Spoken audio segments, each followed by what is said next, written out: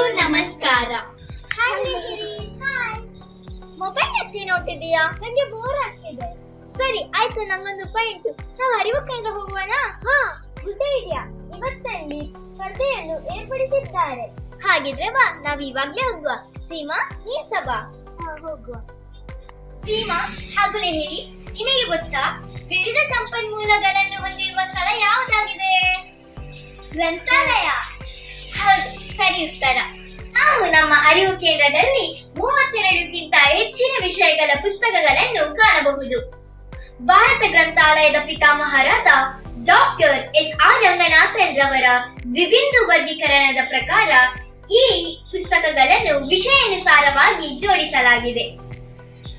ಹಾಗೆ ಸಾಮಾನ್ಯ ಜ್ಞಾನ, ಗ್ರಂಥಾಲಯ ವಿಜ್ಞಾನ, ಪತ್ರಿಕೋದ್ಯಮ ಹೀಗೆ ನಮ್ಮ ಆಯ್ಕೆಯ ಪುಸ್ತಕಗಳನ್ನು ಇಲ್ಲಿ ಶೀಘ್ರವಾಗಿ ಗುರುತಿಸಿ ಪಡೆದುಕೊಳ್ಳಬಹುದು. ಅದಲ್ಲದೆ ಸ್ಪರ್ಧಾತ್ಮಕ ಪರೀಕ್ಷೆಗಳ ಪುಸ್ತಕಗಳು ಹಾಗೂ ನ್ಯೂಸ್ ಪೇಪರ್ ಕೂಡ ಇಲ್ಲಿ ಓದಬಹುದು. ಪ್ರತಿ ತಿಂಗಳು ವಿದ್ಯಾರ್ಥಿಗಳಿಗೆ ವಿವಿಧ ಸ್ಪರ್ಧೆಗಳನ್ನು ಏರ್ಪಡಿಸುತ್ತಾರೆ. ಈ ಎಲ್ಲ ಸೌಕರ್ಯಗಳಿಂದ ನಾವು ನಮ್ಮನ್ನು ಇಲ್ಲಿ ಕ್ರಿಯಾತ್ಮಕವಾಗಿ ತೊಡಗಿಸಿಕೊಳ್ಳಬಹುದು. ಹಾಗೆ ಚೆಸ್, ಕ್ಯಾರಮ್ ಮತ್ತು ಇತ್ಯಾದಿ ಬೋರ್ಡ್ ಗೇಮ್ಸ್ ಗಳನ್ನು ಇಲ್ಲಿ ಆಡಬಹುದು. ಹಾಗೆ ಹಿರಿ, ನಿನಗೆ ಗೊತ್ತಾ, ನಾನು ಈ ಬೇಸಿಗೆ ರಜೆಯಲ್ಲಿ ಇಲ್ಲಿಯ ಕ್ಯಾಂಪಿಗೆ ಬಂದಿದ್ದೆ. ಎಷ್ಟು ಖುಷಿ ಆಯ್ತು ನಿನಗೆ ಗೊತ್ತಾ? ಪ್ರತಿದಿನ ಒಬ್ಬರಂತೆ ಒಬ್ಬರು ಸಂಪನ್ಮೂಲ ವ್ಯಕ್ತಿ ಬಂದು ನಮಗೆ ಚಟುವಟಿಕೆ ಮಾಡಿಸುತ್ತಿದ್ದರು. ಹಾಗೆ ಸೀಮಾ, ನಿನಗೆ ಗೊತ್ತಾ, ಸ್ನೇಹಿತರ ಜೊತೆ ಕಳೆದ ಕ್ಷಣ ಯಾವತ್ತಿಗೂ ಮರೆಯಲಾಗದು.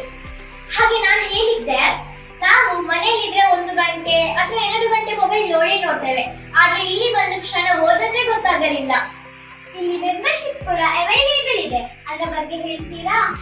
6 ರಿಂದ 18 ವರ್ಷದ ವಿದ್ಯಾರ್ಥಿಗಳಿಗೆ ಉಚಿತ ನೋಂದಣಿ ಮತ್ತು 18ಕ್ಕಿಂತ ಮೇಲ್ಪಟ್ಟವರಿಗೆ ವಿಶೇಷವಾಗಿ ನಿಯಮಗಳಿವೆ. ಇಷ್ಟೆಲ್ಲ ಸೌಕರ್ಯಗಳಿವೆಯಾ? ಹಾಗಾದರೆ ನಾನು ನನ್ನ ಸ್ನೇಹಿತರನ್ನು ಕೂಡ ಕರ್ಕೊಂಡು ಬರುತ್ತೇನೆ. ನಾನು ಸಹ ಕರ್ಕೊಂಡು ಬರುತ್ತೇನೆ. ಹೌದು, ನೀವು ಕೂಡ ಇಲ್ಲಿಗೆ ಬನ್ನಿ. ನಿಮ್ಮ ಮನಸ್ಸನ್ನು ನಿಯಂತ್ರಿಸುವ ಏಕೈಕ ಭಾಗ ಅಂದರೆ ಅದು ಗ್ರಂಥಾಲಯ. ಇದು ನಿಮ್ಮ ಏಕಾಗ್ರತೆಯನ್ನು ಕೂಡ ಹೆಚ್ಚಿಸುತ್ತದೆ. ಒಳ್ಳೆಯ ಪುಸ್ತಕ ನಮ್ಮ ಸ್ನೇಹಿತರಂತೆ. ಈ ಗ್ರಂಥಾಲಯ ಪೀಳಿಗೆಯಿಂದ ಪೀಳಿಗೆಗೆ ಜ್ಞಾನವನ್ನು ಪಸರಿಸುವ ಕಾರ್ಯವನ್ನು ಮಾಡುತ್ತಿದೆ. ಪುಸ್ತಕಗಳು ಸದಾ ಒಳ್ಳೆಯ ಆಲೋಚನೆಗೆ ದಾರಿ ಮಾಡಿಕೊಡುತ್ತದೆ.